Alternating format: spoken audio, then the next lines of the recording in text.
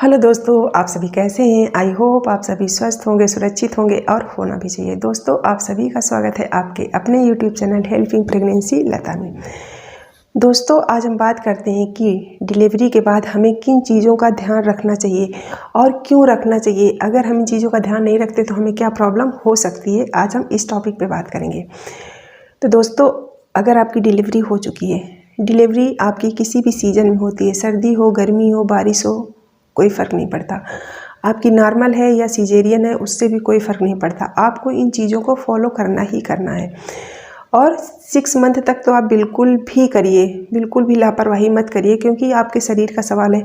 अगर आप ध्यान नहीं दोगे अभी, तो कई बार हमें पता नहीं होती है तो हम ध्यान नहीं देते, या कई बार हम लापरवाही कर जाते हैं तो उसकी वजह से भी हमें दिक्कत हो जाती है। और अगर आपको ये दिक्कत होती है तो फिर ये दिक्कत आपके साथ लाइफ टाइम के लिए जुड़ जाती है, तो आप बिल्कुल भी ना करें। तो दोस्तों, पहले तो जब अगर आपकी डिलीवरी होती है, चाहे जिस सीजन में हो, मैंने बताया नॉर्मल हो या सिजेरियन हो, आपको डिलीवरी के बाद अपने शरीर को ढक के रखना है। जैसे इस टाइम सर्दियाँ चल रही हैं, तो सर्दियों में तो आप बिल्कुल भी लापरवाही ना करें। आप अच्छे से स्कार्फ, मफलर, जो भी है, कान बंद करके एकदम रखिए। हाथों में ग्लव्स पहनिए, पैरों में सॉक्स डालिए और स्वेटर जैकेट जो भी है आप अच्छे से डाल के रखिए। मतलब आपको ठंड किसी भी तरह से नहीं लगनी चाहिए, क्योंकि ये हमारे लिए बहुत ज़रूरी होता है।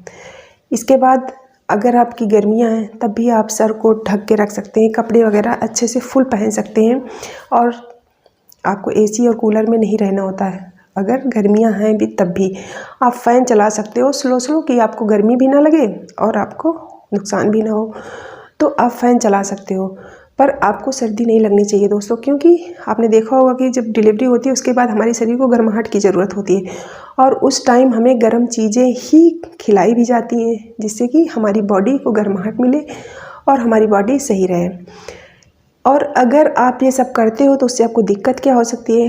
तो दोस्तों, पहली दिक्कत ये होती है कि अगर आप शरीर खुला रखते हो, आपको ठंडी लग जाती है, चाहे गर्मी हो, किसी भी सीज़न में हो, तो आपकी बॉडी में पेन होने लगता है, क्योंकि इस टाइम हमारा शरीर अंदर से कमज़ोर होता है। काफ़ी सारी ब्लीडिंग होती है, जिसकी वजह से शरीर हमारा वीक होता है, तो हमारे बॉडी में पेन होने लगता है। और अगर ये पेन आपको एक बार शुरू हुआ तो ये फिर पूरी लाइफ टाइम आपका दोस्त बन जाता है, आपको फिर हमेशा दिक्कत रहेगी। तो आपको ये नहीं करना। दूसरी चीज़, अगर आपको ठंड लग जाती है, कोई दिक्कत हो जाती है, परेशानी होती है किसी तरह की, तो आपका बेबी आपका दूध पी रहा होता है। आपका दूध पीता है तो आपके खाने पीने, आपके शरीर में जो भी हो रहा है उसका असर आपके बच्चे पे जाता है, फिर आपके बच्चे को भी दिक्कत होती है। तो आप ऐसा तो कभी नहीं चाहोगे कि मेरी वजह से मेरे बेबी को प्रॉब्लम हो। तो आपको इन चीज़ों का ध्यान रखना है दोस्तों, अपने शरीर को ढक के रखना है। उस टाइम हमारे लिए गर्माहट बहुत अच्छी चीज़ होती है हमारी बॉडी के लिए।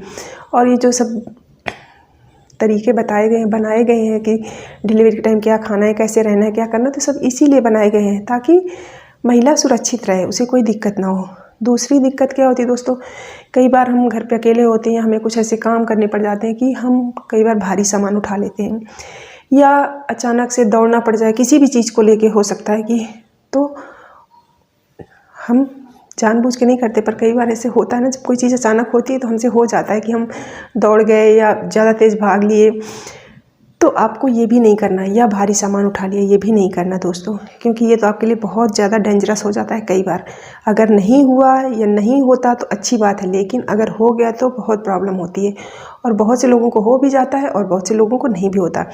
क्या होता है कि उस टाइम हमारा शरीर होता है ढीला अंदर से, क्योंकि डिलीवरी के बाद तुरंत तो हमारा शरीर अपनी जगह पे हर चीज़ सेट नहीं होती, और हमारी बच्चेदानी तो वैसे भी बहुत ढीली हो जाती है। तो इन चीज़ों को, बॉडी के अपने पार्ट्स को अपनी जगह सेट होने में टाइम लगता है।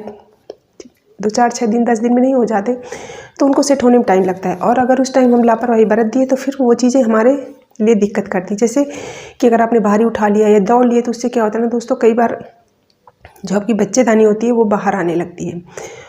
और एक बार अगर ये शुरू हुआ किसी को तो बहुत ज़्यादा पेनफुल भी होता है, बहुत दिक्कत करता है, और ये फिर ऐसी चीज़ है कि ठीक नहीं होती है दोस्तों जल्दी से, इसमें बहुत टाइम लगता है, और ठीक तो नहीं होती है, क्योंकि फिर वो प्रॉब्लम हो गई तो होती ही रहती है हमेशा। जब कभी भी आप ऐसा कर जाओगे, भारी उठा लोगे, दौड़ जाओगे, तो आपको हमेशा होने लगेगी। तो आपको ये गलती बिल्कुल भी नहीं करनी।